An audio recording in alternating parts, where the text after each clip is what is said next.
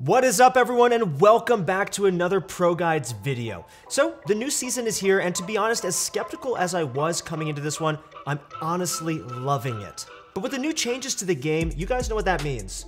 That means the meta is going to shift as well. So it's not going to be as easy to win games as it was last season. And in this video, we're going to be discussing how the meta has been impacted by these changes so you guys can get a massive advantage over your friends and start winning more games. But before we get started, let's go to the question of the day. Today's question is, what do you guys think of these brand new changes this season? For me, I'm pretty excited about the mobility options now. I think that it brings a lot more dynamic to the competitive scene. Let me know what you guys think. I read all your comments down below. Love to hear them. And if you guys want to get better at Fortnite, make sure to click that description link below and go to proguides.com and find your pro coach right now. They'll help you with your 90s, they'll help you with your aim, they'll help you win more games this season. Alright guys, let's get right into the video. So as most of us know already, 5 new unique locations have been added to the game with the release of the second season. These locations include the Yacht, the Agency, which replaced the Middle Island, the Rig, the Shark, and the Grotto. These new locations are pretty unique as they offer vaults, if you eliminate a bunch of NPCs and finally defeat the boss, and these NPCs also drop a bunch of loot. The only major change these locations will have is more aggression in the early game, typically around these areas. With the absolutely insane loot you can get from these locations, there are going to be a bunch of players dropping here for the high risk, high reward, similar to how Tilted Towers was back in the day.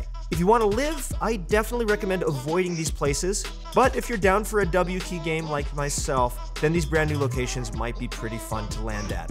Okay, next up is the weapon meta, and boy do we have some interesting changes here. To start, 3 weapons have been vaulted, including the Spike Trap, legendary and epic variants of the SMG, and the bolt action sniper rifle. And as for the unvaultings, well, we've got a pretty long list here. The minigun, remote explosives, suppressed AR, suppressed SMG, suppressed sniper rifle, suppressed pistol, heavy sniper rifle, mythic grappler, mythic drum gun, launch pad, mythic boom bow, and tactical assault rifle have all been added to the game or unvaulted in their previous state.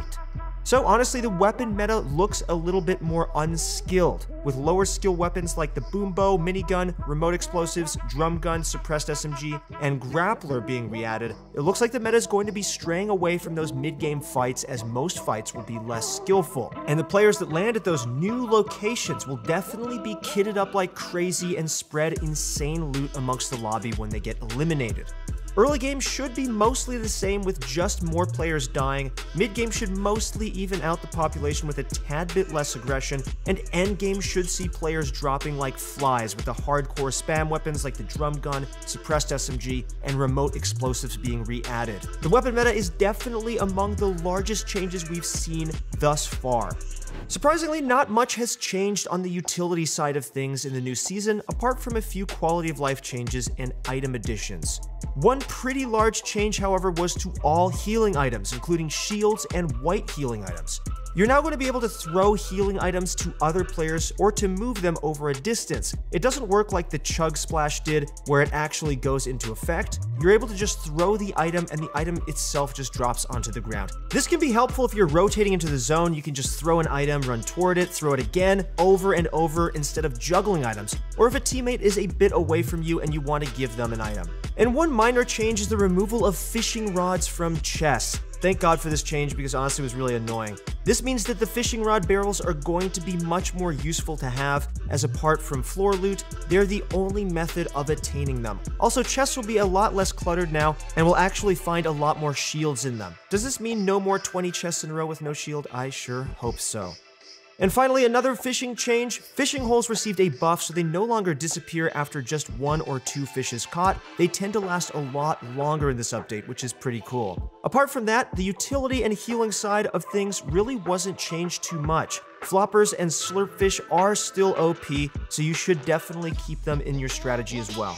There was also a new grenade added, which is one of my favorites in the game right now, which is the decoy grenade, which you basically throw to spawn clone versions of yourself, which basically play out like a bot does. This can be used to throw off your opponents, and if you throw them in a closed off area like a small turtle and wait a few seconds, they'll end up self-destructing and dropping some extra materials, which could be super helpful in some scenarios.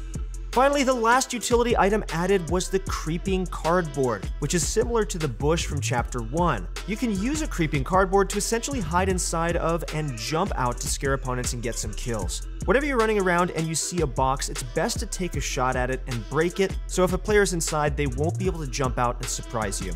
Honestly, there wasn't an insane amount of utility item changes, but the ones that were added seemed to spice up gameplay and make it a little bit more unique. Okay, moving on from that, let's talk about the much needed changes to mobility. We haven't heard that name in a while, have we? Yes, ladies and gentlemen, multiple forms of mobility were added to the game so we can finally move quickly. No more walking simulator. The forms of mobility that have been added include grapplers in the mythic rarity, launch pads which remain the same as they always have been, and now toilets and dumpsters which will act as sort of a portal. Hiding in one of those will teleport you to a corresponding area. So what does this mean for competitive and casual playlists? Well, this actually is a very welcome change and should increase the skill gap quite a bit. First off, we've got grapplers. Grapplers now come in the mythic rarity. They're great for moving fast if the zone is on you, taking height during fights, or even in endgame as well, but they're a little bit more risky than they used to be when you take height, so they should be used with a bit more caution. Remember that when you grapple, you're completely exposed and do not have a weapon out. Overall, I think it'd be nice to have a lower limit on grapplers, but I think that this is a very good change, especially for when the zone pulls super far and you just need to get there fast. Second is one of my old favorites, the launch pad. There's not too much to say about the launch pad. It's amazing for far zones. It could be pretty helpful in the endgame rotations as well, but they're also very balanced, as you're pretty exposed when you use them. In competitive, they'll probably shape up to be a risky yet effective way to get into a zone pretty quickly. In casual modes, they'll be used to rotate quickly, or maybe used aggressively to style on some opponents. Finally, the portals seem like a pretty good way to reduce the impact of RNG in the early game, and can potentially make a difference in loot routes as well. It might end up being viable to loot one part of a POI, and then use the portal to go somewhere else for some extra loot. We'll have to wait and see how this shapes up in the competitive playlist. There's no real knowing quite yet.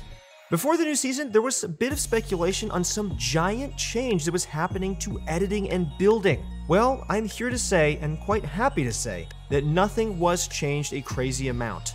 One quality of life change though did come to editing. If you're right under a cone and you tried to edit it looking up from below the cone, and you wouldn't be able to see the edit itself. This was especially tough because it messed up double edits for a lot of players. This was patched out and you can now edit from this angle. But one really annoying bug was how the editing could stop you from sprinting, but Epic is working on fixing this right now. By the time you see this video, hopefully it's already patched out. But other than that, building and editing have remained largely the same, so all that speculation was false, at least apart from a few minor things. So those were all the changes you should know about. Now we're going to quickly go over a few minor changes that aren't the biggest, but are definitely helpful to know. First, upgrading a weapon now takes longer at the actual machine, just by a few seconds. The prices and actual upgrades remain the same though. Second, the emote UI was modified, so it looks a little bit more minimalistic now, but it still has all the same functionality. Although it hasn't been 100% confirmed yet, it seems like linear aim assist has received a nerf from far range, mostly 30 meters and further, so that's something to consider and experiment with if you're a controller player. Some NPCs will be spread around the map in different areas as well, which you can eliminate and get some extra loot from. And finally, a new rare chest has been added. This one is different from the blue special chest we see now. It's the same design as the old red chest we used to have, and these tend to drop a great amount of loot and launch pads, so definitely keep your eyes out for them. Overall, this brand new season was a massive shift in terms of the meta, and while some of the changes are a little bit sketchy, I think that everything will be balanced out given some time. The one thing I would like to see a little bit more of is kind of a balance between competitive and casual. The mythic drum gun, boom bow, and remote explosives, for example, seem fun, but it's kind of weird. It's lowering the skill cap in competitive, which is the exact opposite of what we want to see here. But overall, this is shaping up to be a pretty awesome season, and I'm looking forward to being here with you guys, helping you improve and master the new meta.